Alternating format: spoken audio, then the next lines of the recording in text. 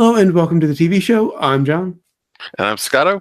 And this is a continuation of our review of Serial Experiments Lain. On to episode 6, Kids. This is quite a different experience for me because this one I found a dubbed version. Oh, really? Okay, we need to talk about that. What do you think of the dub, real fast? I think I liked it better.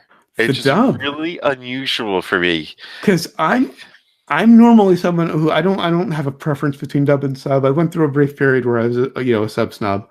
Now I can take either one. In some cases, I prefer the sub or the dub rather. I hate the Lain dub. It's just whiny and annoying to me. I thought the actors, really caught the parts a little better. I think the Japanese version is very whiny, actually. Huh. To me, it's like maybe a step above Starblazers. That's interesting that you liked it.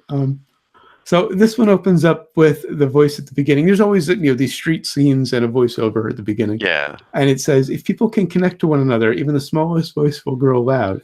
If people can connect to one another, even their lives will become longer.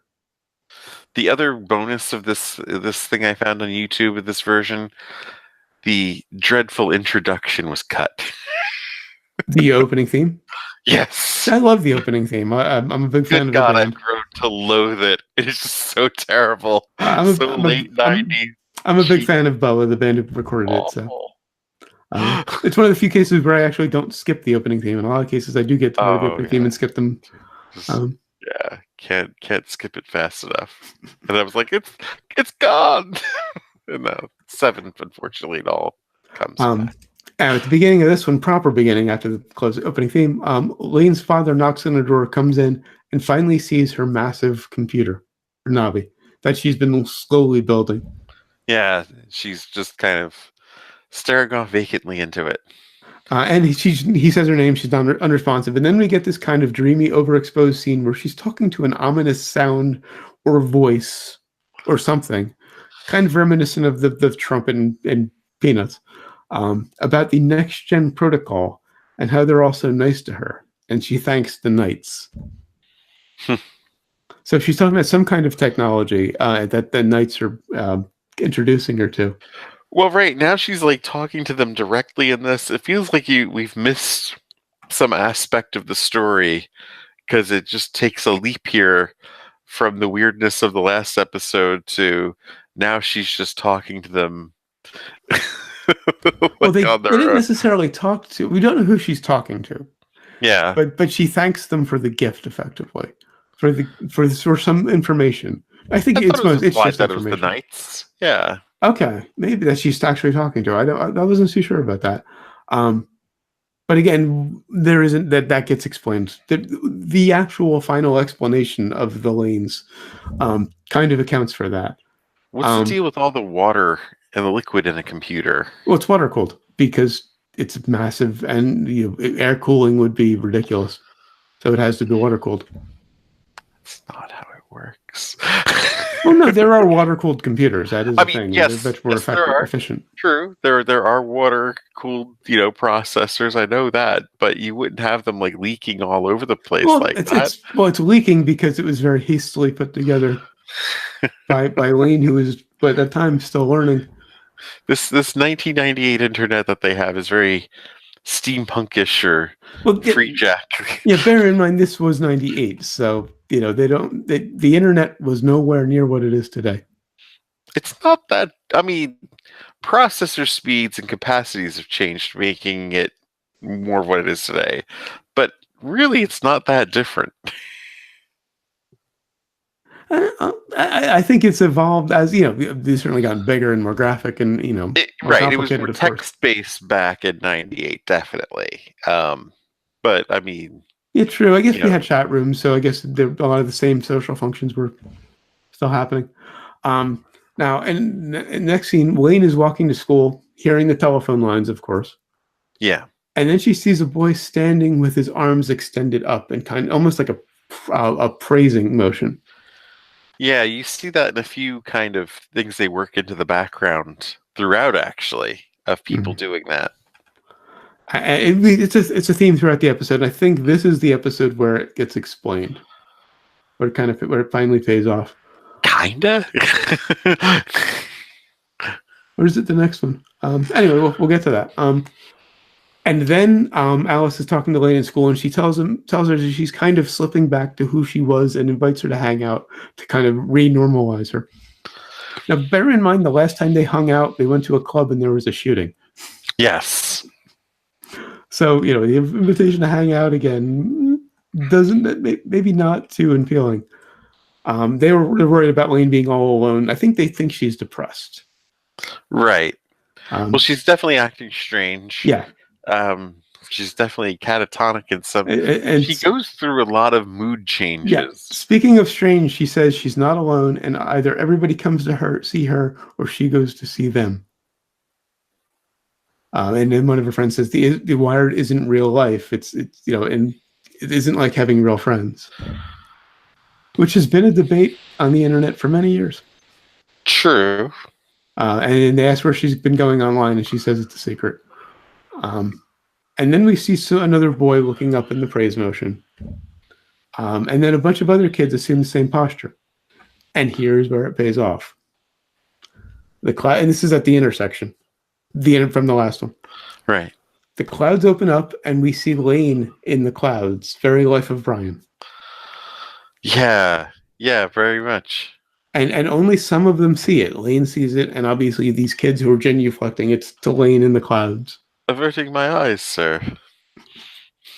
But not, some of her friends don't see it. Not everybody sees it.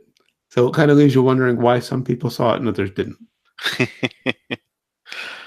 Well, I mean, they don't actually explain why it happens in the first place. I mean, that's coming.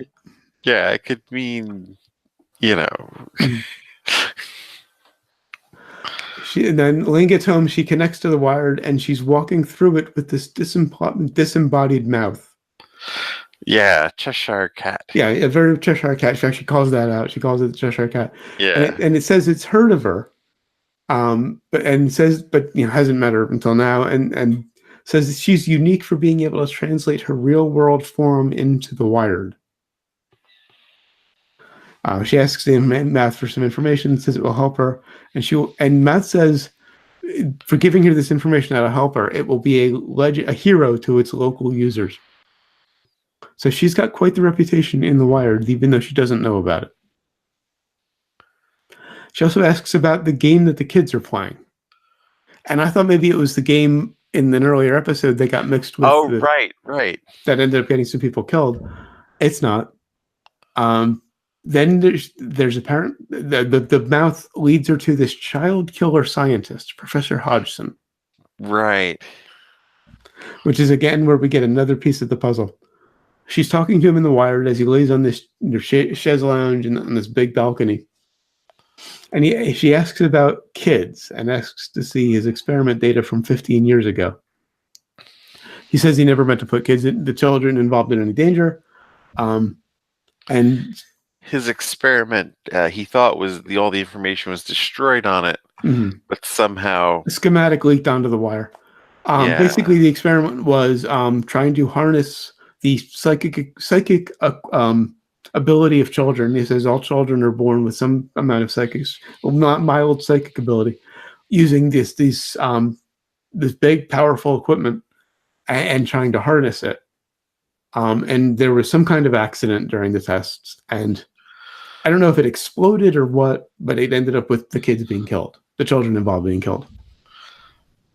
So what they're saying is Lane a part of that? Oh no, that'd be before her time. Yeah, and Lane was not involved with that experiment. It was before she was born. She's just trying to track down what the reason for all of these odd occurrences with the Wired, the bleeding effect, the Wired bleeding into the real world, effectively. Yeah. And the Cheshire Cat gave her the lead to the kids, to Professor Hodgson and the kids experiment, which harnessed the psychic ability of kids. But yeah, he destroyed the equipment, but the schematic leaked onto the Wired, and someone has updated it to work with less hardware. It doesn't need these big receptors that were used with the children originally. And he also tells her that he's not sure of what kind she's a kind of being she's planning to become, but she's incredibly powerful. and he dies and says his wish has come true. Elaine says the Knights did it. His death, his death, and also the leaking of the equipment. She blames on the Knights. Isn't it just a virtual world that she's in with him, though? Yeah, she's in the Wired with the professor. Yeah. His body is also, and his body, he says something like his body is done. When she's free-jacked. But she says the Knights are the ones who have leaked this equipment onto the Wired and caused things to go haywire. And she wonders who is trying to manipulate her and using the equipment. Also, this is where Lain starts getting arrogant. We see flashes of arrogant, angry Lain here and there. But this is the first time. A lot of different flashes from Lain where you're just kind of like, all right, which direction are you going with this? She comes home from that chat with Professor Hodgson and finds what could best be described as men in black outside of her house. Right. They introduced these guys before, I think, didn't they? Did we see them before? Okay, I don't remember. Yeah. It was something with the red dots that I remembered way back when. And then you're right. They finally introduced themselves. She's home and she sees them and she rushes out to confront them. And she asks if they're Knights, if they're the Knights. One says, "Please get down." And then there's an explosion in her room. Her cooling system blew up. They must see. One of the men in black says they must have planted a parasite bomb in it. And then they tell her the Knights blew up her cooling system. So the Knights are out to get Lain for some reason, even though they gave her something earlier. Right. Just it kind of feels a little has an X-Files feel to it, where it's just like you're getting red herrings. Well, red herrings and bits of information that are part of a big puzzle that you don't have all the pieces for yet. And just jumps in the storytelling too, like, her meeting up with or talking to people that you're like, okay, should we have seen where she met these people from that she's talking to online? I think they were the Knights that she was talking with at the beginning. It could very well be. Of like, that's kind of a big detail to leave out as to how she met them. Now, bear in mind, there are also people talking about her reputation and how honored they are, and she has no idea what they're talking about. Right. So, which Lain met the Knights? That's a slight tip. Tip of a bit of a spoiler. Anyway, that's it for episode 6. Of course, always remember, never forget, wherever you go in life, there you are. There you are.